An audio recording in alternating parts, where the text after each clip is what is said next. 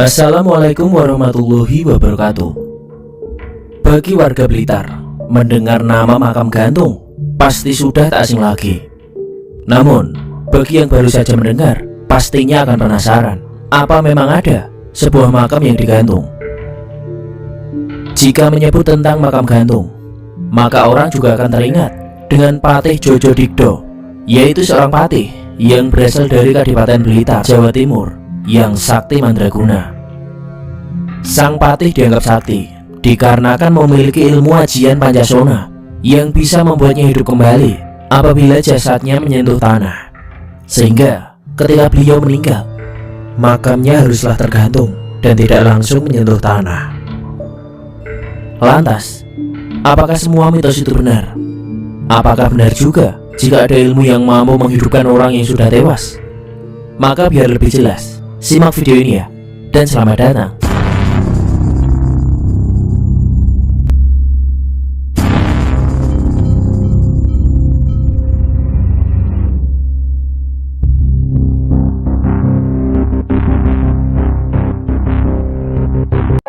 Ajian Pancasona adalah sebuah ilmu yang mampu melindungi diri dari senjata tajam.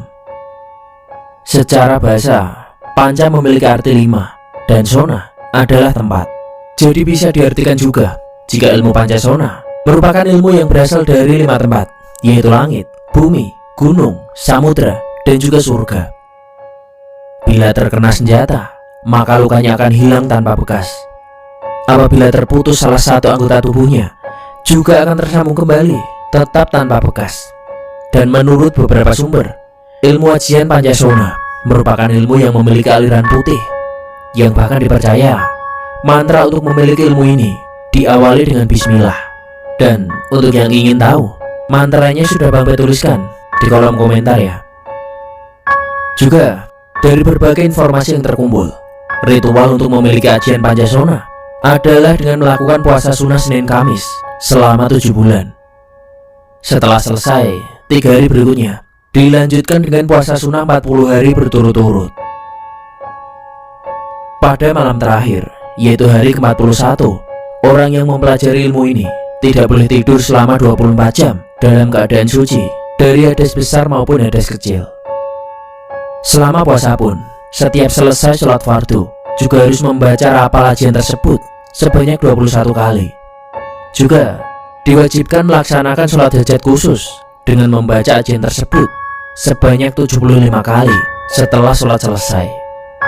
Dan sebelum melaksanakan sholat hajat, juga diwajibkan untuk mandi besar, yang akhirnya sudah diberi rapal tersebut sebanyak 21 kali. Dan setelah selesai mengerjakan puasa dari keseluruhannya, masih harus menjalankan rutinitas amalan yang harus dibaca 3 kali setiap selesai sholat fardu. Wallahu alam. Sebelumnya, mari kembali ke sosok Patih Djojo Digdo. Sebelum diangkat menjadi patih, Djojo Digdo muda dikenal suka melakukan tirakat atau lelakon dan berpuasa, hingga mendapatkan berbagai macam ilmu kanuragan dan juga kesaktian yang mampu ia kuasai. Dalam hal ini, dipercaya Djojo Digdo mendapatkan ajian ini setelah gurunya wafat, yang akhirnya mewariskan ilmu ini padanya. Bahkan juga dikatakan, gurunya tak hanya berasal dari bangsa manusia, melainkan juga berasal dari bangsa lembut atau bangsa jin. Djojo Digdo adalah sahabat sekaligus pengikut Pangeran Diponegoro. Beliau juga memiliki keturunan darah biru atau Trahningrat dari Kerajaan Mataram, karena beliau juga merupakan putra Adipati Kulon Progo. Kesaktian sosok ini juga teruji ketika terjadi peperangan antar Belanda melawan pasukan Pangeran Diponegoro. Sebagai pengikutnya, Djojo Digdo yang waktu itu masih berusia 30 tahun ikut melakukan perlawanan, bahkan ikut perang gerilya, meskipun saat itu Pangeran Diponegoro telah ditangkap dan juga diasingkan. Djojo Digdo menjadi salah satu orang yang paling ditakuti oleh Belanda karena kesaktian aji Pancasonanya yang telah ia kuasai. Beliau juga dikabarkan beberapa kali mampu hidup kembali setelah dieksekusi oleh para tentara Belanda ketika ia berhasil ditangkap. Berkat peran dan kesaktiannya dalam melawan Belanda, ia menjadi sangat terkenal. hingga Adipati Blitar memberinya gelar patih dan hadiah sebidang tanah yang sekarang berada di Jalan Melati di kota Blitar. Dan dari pemberian tanah tersebut, Jojodikdo akhirnya membangun sebuah rumah besar bersama dengan keluarganya yang diberi nama Pesanggrahan Jojodikdo. Dan hingga saat ini, rumah itu masih berdiri kokoh. Sebagai manusia biasa, meskipun memiliki ajian Pancasona, Jojodikdo akhirnya wafat pada tahun 1909 di usia ke-82 tahun dengan ajian Pancasona yang masih dimilikinya. Dipercaya juga, siapapun yang memiliki ajian ini akan bisa hidup kekal abadi hingga akhir kiamat nanti selama ia masih menginjak tanah. Seseorang yang mempunyai ajian Pancasona dikatakan hanya bisa wafat apabila tubuhnya dipisah menyeberangi sungai dan digantung agar tidak menyentuh tanah. Jika jasadnya menyentuh tanah, maka bagian-bagian tersebut akan bersatu dan orang yang mempunyai ajian ini akan bisa hidup kembali. Eyang Jojodikdo bahkan dikabarkan pernah wafat 3 kali dalam sehari. Tapi setiap akan dikuburkan, beliau langsung bangkit begitu menyentuh tanah, ujar Lasiman, juru kunci makam di lokasi makam gantung. Supaya tak bisa hidup lagi, maka ketika Jojodikdo wafat, jasadnya digantung di dalam sebuah peti besi yang disangga dengan 4 tiang dengan ketinggian 50 cm, supaya jasadnya tak bersentuhan langsung dengan tanah. 4 tiang tadi juga berfungsi untuk menyangga sebuah penyimpanan kecil yang digunakan untuk menyimpan baju perang dan juga pusaka milik sang patih, yang membuat banyak orang salah sangka jika jenazah digantung di atas, sehingga masyarakat Blitar menyebutnya dengan makam gantung. Namun, jika ada ilmu putih, tentu saja akan ada juga yang namanya ilmu hitam. Ada sebuah ajian yang dipercaya sama tingginya dengan ajian Pancasona, yaitu ajian Rawarontek. Rawarontek secara bahasa memiliki arti kepala putus. Ajian ini dimaksudkan agar mereka yang menguasai ajian Rawarontek tidak akan mati dengan cara dibunuh, baik dengan senjata tajam, senjata api, racun, atau bahkan sihir. Tetapi ia akan mati dengan cara sakit. Hampir sama dengan ajian Pancasona, ajian Rawarontek sangat jarang bisa dikuasai, dan bahkan mantranya saja sangat sedikit yang mengetahuinya. Ajian Rawarontek adalah ilmu kesaktian yang legendaris dan juga sangat populer karena dimiliki oleh si Pitung. Dengan menguasai ilmu ini, Pitung dapat menyerap energi lawan-lawannya, seolah-olah lawannya itu tidak melihat keberadaan Pitung. Karena itu, ia digambarkan seolah dapat menghilang. Dan menurut cerita rakyat, siapapun yang memiliki ajian Rawarontek tidak akan boleh menikah hingga akhir hayatnya. Dan buktinya, itu terjadi kepada si Pitung. Ketika ia tewas menjelang usia 40 tahun, Pitung masih tetap bujangan. Beda dengan ajian Pancasona, pemilik ajian Rawarontek terkenal lebih gampang emosi, senang berbuat kejahatan, dan juga anarkis. Hal tersebut tentu terjadi karena di dalam sel-sel tubuh pemilik ilmu Rawarontek sudah dipengaruhi oleh jin jahat yang telah bersemayam. Ilmu ini sangat langka, dan jika ada yang bisa menguasai ilmu Rawarontek, pasti bisa dihitung dengan jari. Untuk memperoleh ilmu ini bukanlah hal yang gampang, karena harus melewati berbagai ritual yang berat. Harus pula dibarengi dengan tekad dan juga keyakinan yang kuat. Pemilik ajian Rawarontek harus melewati sangat banyak tahap untuk menyempurnakan ilmunya.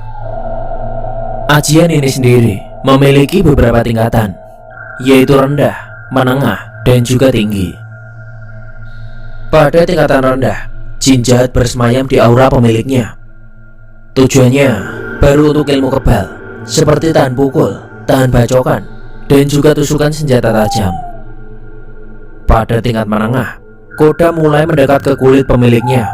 Biasanya, tahapan ilmu kebal tingkat menengah lebih kuat dari tingkat rendah. Kulit akan jadi sekeras batu karang, dan badan bukan hanya tahan pukulan dan juga senjata tajam, hingga senjata api pun sudah bisa ditahan dengan kekuatan ilmu hitam tingkat menengah ini. Sementara, pada tahapan tingkat tinggi. Disinilah kuda memasuki sel-sel tubuh, sehingga mampu membangkitkan energi tenaga dalam dan mampu merekayasa percepatan regenerasi sel. Dan inilah yang sangat berbahaya. Biasanya, umur orang yang memiliki ilmu hitam begini sangat panjang, karena kerusakan pada sel tubuhnya akan terus beregenerasi dengan cepat. Dikarenakan kematian itu akan terjadi bila tubuh fisik tak lagi layak bagi ruh, dikarenakan kerusakan. Makanya, orang-orang yang mati itu pasti disebabkan karena ada kerusakan di dalam tubuhnya. Pada dasarnya, jin tak bisa masuk ke dalam sel tubuh karena ruh akan tetap kuat, kecuali manusianya yang membuka akses bagi makhluk metafisik itu untuk bisa menguasainya. Ajian Rawa Rontek merupakan ilmu langka dan memiliki kelebihan, yaitu bagian tubuh yang sudah terpotong akan bisa tersambung kembali. Tentu, siapa saja yang melihat aksi pemilik ilmu ini akan naik kadar adrenalinnya, dan juga segudang pertanyaan lahir. Karena ilmu hitam ini sungguh-sungguh di luar akal manusia. Mengapa bisa menyatu kembali? Bagaimana dengan urat dan syaraf bagian tubuh yang dipotong? Kelemahan bagi pemilik ajian Rawa Rontek juga mirip dengan ajian Pancasona, yakni dengan membakar atau menyangkutkan tubuhnya di atas pohon. Intinya, bagaimana caranya agar kakinya tidak menyentuh bumi. Namun bedanya, kelangkaan ilmu ini disebabkan karena ilmu ini tidak bisa diturunkan kepada orang lain. Jadi siapapun yang ingin memiliki ilmu langka ini harus melakukan sendiri rintangan dan juga ritual yang tentu tak mudah. Ritual Rawa Rontek jauh berbeda dengan ritual yang dilakukan kesenian tradisional Banten, yaitu kesenian debus. Karena debus hanyalah atraksi dan lebih menekankan pada tusukan, tahan panas, tahan pukul, hingga tahan sayatan. Bukan dilakukan dengan cara membelah yang menjadikan tulang terpotong-potong, bahkan hingga lepas dari kesatuan tulang itu sendiri. Itulah dia cerita yang bisa Bang Bet sampaikan tentang ilmu Pancasona dan juga ilmu Rawa Rontek. Mau percaya atau tidak, semua itu kembali ke keyakinan kita masing-masing. Ilmu hitam, kesaktian orang zaman dahulu, memang sulit untuk kita percaya, terutama pada masa kini, di mana teknologi sudah jauh berkembang. Namun sulit dipercaya, belum tentu tidak ada, bukan? Sekian cerita yang bisa Bang Bet sampaikan. Jangan lupa like, share, dan subscribe ya, agar channel ini terus berkembang. Wassalamualaikum warahmatullahi wabarakatuh.